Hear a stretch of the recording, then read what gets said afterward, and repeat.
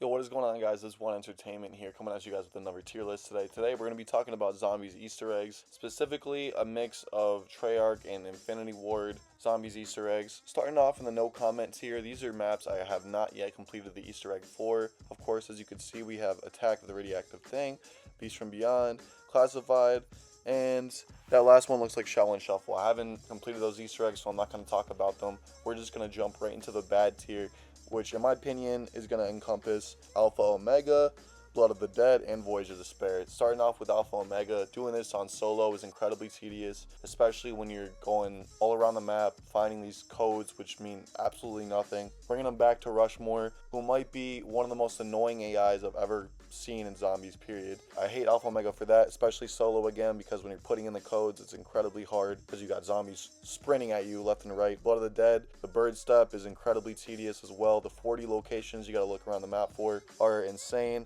as well as the 4 challenges. You'll be into probably the mid 30s before you actually beat the boss fight. As well as Voyage of Despair, this one isn't as bad as the other one, so I put it all the way toward the right, even though I should have put it on the left. But the planet step in this Easter egg took me unbelievably long to figure out where Neptune was. Why is it in the water when in real life it's in the sky? On top of that, Voyage of Despair is not an easy map to traverse because everything looks the same. I find myself constantly getting lost because it has that labyrinth-like layout. And the clock step will always be one of the most frustrating just because of how stupid it is. Finding these symbols across the map, which again mean nothing. The boss fight at least though is pretty redeemable. So that's a redeeming quality about that. Going into the tolerable category, guys, we're going to have Ascension, which was actually the first Easter egg ever introduced. Main quest wise, that is. And we also have Doris, Dead of the Night, Transit, Zombies in Spaceland, as well as Togdertoen.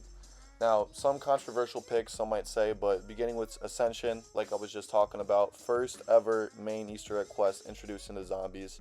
Gave you a 90-second death machine as a reward. And it's pretty easy. You have to do it with 4 players though, because of that last step when you're shooting the ground, or that little white orb, whatever it's called. I believe it's actually Gersh, if I'm not mistaken. And you need all that firepower with the ray guns, with the thunder gun, all that stuff. The Reese is super simple. I didn't really want to call it bad because all it is shooting a pack-a-punch weapon at the fly trap and activating it. So that's pretty tolerable in my opinion. Dead of the Night isn't as bad as Voyage of Despair. I think it has a lot of unique steps. Also, the map itself has a beautiful layout, and the aesthetic of it is a lot of fun to replay in my opinion. So I have fun going back to this one. The werewolf boss fight is also not too shabby. I enjoyed that. Transit, it had the Richtofen and Max's sides, and I personally have a lot of nostalgia for this one because this is one of the first Easter eggs I ever completed back in the day. So I find it pretty tolerable for that. Also, it doesn't take that long for either side. Richtofen obviously being more tricky with the EMP step, and we now know we can do that solo. Zombies in Spaceland I put intolerable because it goes by pretty quick, and the only really exciting part about it, in my opinion, is the boss fight against the alien, but still pretty tolerable. You have to build the Steadicom, do those lockdowns, I guess you could call them, when you place down the Steadicom and the zombies all flood you a few times. Then you have to bring it back to the main hub, which is the center of the map, when you actually face against the alien. Togdertoen is basically just a fetch quest. I only did it one time, but I put it intolerable because that last segment when the entire map turns on fire is pretty cool, if I do say so myself. Not much to say about it because I only beat it once. Going into the good category, we're going to have Ancient Evil, 9, Call of the Dead, Zetsubo no Shima, Revelations, and Raven the Redwoods. Okay, starting off with Ancient Evil. I've done this Easter egg a few times. I love the Pegasus boss fight. I believe it's against Pegasus, right? Towards the end. The different steps make sense and it isn't as convoluted as some of the other Black Ops 4 Easter eggs. Pretty simple. I can do it pretty easily on solo. I really like how they tied in the wonder weapons throughout the Easter egg as well. I thought that was really unique. 9. I've definitely done this Easter egg more than any of the other Black Ops 4 ones simply because of the free door mechanic, which if you didn't know, if you defeat the Voyage or 9 Easter egg, that unlocks free doors until you close the application in Zombies. I like it a lot. The different steps are pretty cool, especially when you actually have to grab Turd off the arena floor. The raw step can be kind of challenging if you don't have Undead Man walking, as well as shooting the Death of Orion to hit the 3 puzzle pieces, I guess you could call them, at the very end. But the boss fight's great. Call of the Dead, the second ever Easter egg. You can do it solo or in co-op, and I always have fun with it. I love how you have to get the frozen bottle and return it to Nikolai. I always thought that was really funny. And of course, solo, shooting the CIA agent until he ascends into the lighthouse when you get the golden rod. Obviously saving the ether characters behind the locked door. So that was always a lot of fun. I enjoyed that. I thought it was a good Easter egg because it's not anything too crazy. Zetsubo, again, has a pretty weak boss fight, but a fun Easter egg. I liked getting the AA bullet and shooting down the plane to get the different cogs. That was just for one of them. The other one requires anywhere but here to get into that area above. I forget if it was the Lab A or Lab B. Probably was Lab B. But Zetsubo was pretty simple again. Nothing too crazy, but I thought it was good for the time it released, and I think it holds up well today. Revelations, pretty tricky to solve at first, but also another good Easter egg. The only part I don't really like about it is at the end with the summoning key, when you have to go around and throw the summoning key at pretty much everything in the map, it seems like, as well as the rehashed Shadows of Evil boss fight at the end when you go against the Shadow Man. Other than that, great Easter egg, a great way to close off BO3. Brave in the Redwoods, I'm not going to say too much about because I only defeated it once, but I like the Kevin boss fight. I like how it kind of tells a story about his friend that passed away, and I like how he kind of turns on you at the end. It's not that memorable, but it's good.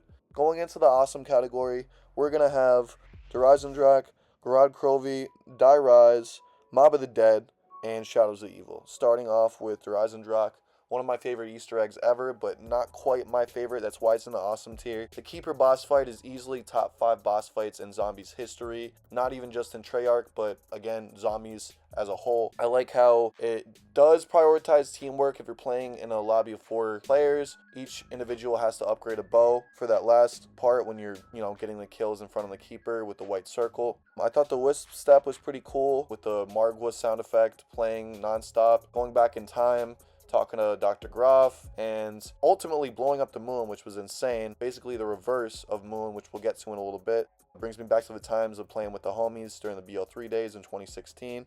Garad Krovi, similar level Easter egg, obviously, that's why it's in the same tier as the Drak. This one was equally as nostalgic. I liked how Garad Krovi had challenges in the Easter egg. It wasn't just like the other ones, but you had the Mangler challenge, as well as the Valkyrie you had to escort, as well as the bomb step, which is notoriously difficult to this day. But Garad Krovi is pretty cool. I like the Nikolai boss fight. Let's see, we also have Die Rise in this category. I put this in awesome, which is kind of a controversial choice because one of the first Easter eggs I ever did, you can do it really fast. I like the whole elevator step. I like how it requires 4 players, which is something a lot of people discredit the early Easter eggs for, like why aren't there solo options? There are solo options obviously today with certain mods, but I always love the Die Rise Easter egg. I liked finding the different Mahjong tiles. I like how they tied in the culture of China and just that whole area with the Mahjong tiles into the Easter egg. I thought that was pretty cool. Mob of the Dead, of course, going against Weasel, breaking the cycle. This Easter egg is practically just going through the map and playing it as you regularly would. Obviously, you just have to go to the Golden Gate Bridge 3 times. That's pretty much it. Once you've done that, you've done the majority of the Easter egg, but I always loved the Weasel boss fight at the end, which is kind of unique in that you're actually shooting somebody you're playing the game with.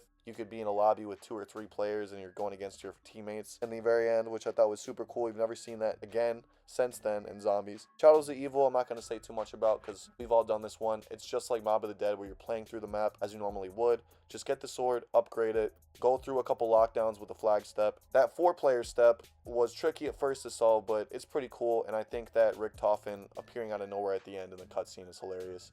I'm a little bit delayed here, but getting into the fantastic category, we got Moon, Buried, as well as Origins, and Shangri-La. Which, if you're kind of new to Zombies, maybe these picks aren't too crazy to you, but I feel like most of the picks that people would usually place here, I've already mentioned. So, talking about Moon, you really can't get better finales than this. Blowing up the Earth and showing the true side of Max's, how dark he can truly be. I love playing through this Easter egg with my boys back in the day, 2012, 2013, for the very first time. It is a lot of RNG, which can be difficult getting the QEDs and Gersh devices, but if you have enough patience, you could easily do it. One of the more challenging steps on this Easter egg too is getting Tunnel 6 to breach, as well as the more intense version of Samantha Says that happens towards the very end. But I love it, man. It's one of the best ones ever in my opinion. Buried as well for the sharpshooter step alone. I still think that's one of the best Easter egg steps in Zombies history, and we really haven't seen anything like it since. Most people expect a boss fight nowadays at the end of an Easter egg, but I loved it. I love the aggression leading up to it when you would be screaming at your friends and cursing at them, asking who didn't get their targets. That was always a lot of fun for the drama it would stir up.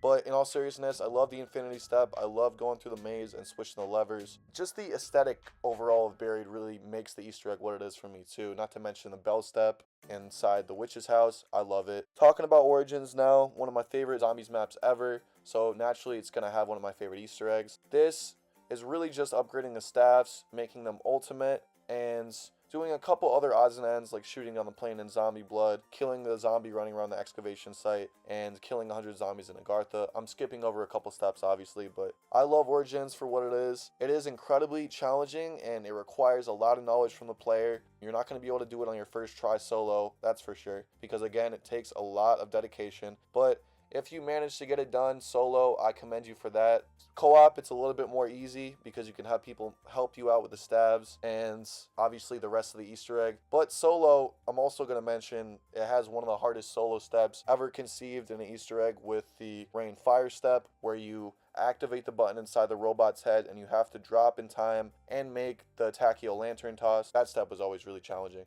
but still it goes in fantastic for being a great Easter egg. A great finale too, with a phenomenal cutscene. When I first saw that cutscene for the very first time, I had no idea what to think. I was like, is it really all a dream? Which I still don't really know the answer to, but Shangri-La is going to be the last map we talk about for today. My favorite Easter egg of all time, personally. I love the 4-player mechanic, how it encourages teamwork to the fullest degree. I love how long it is and how incredibly challenging it can be. For me, the more challenging the Easter egg is, the better, but not for the sake of it being like too challenging to the point where you can't complete it, because every step here is totally doable. Getting the baby gun, I loved firing it at the moonstone, or the moon rock if you want to call it that. I loved helping out Brock and Gary and that story there that tied in with the Easter egg, and just running around the map in the Eclipse mode was such a beautiful aesthetic. Again, working together with your teammates, pushing the different switches, throwing the monkey bomb next to the minecart area at the end, and of course the gong step, one of my favorite steps in Zombies history. So that's gonna wrap up today's video, guys. I know I was kind of all over the place with a different style tier list, but I hope you enjoyed the zombie video.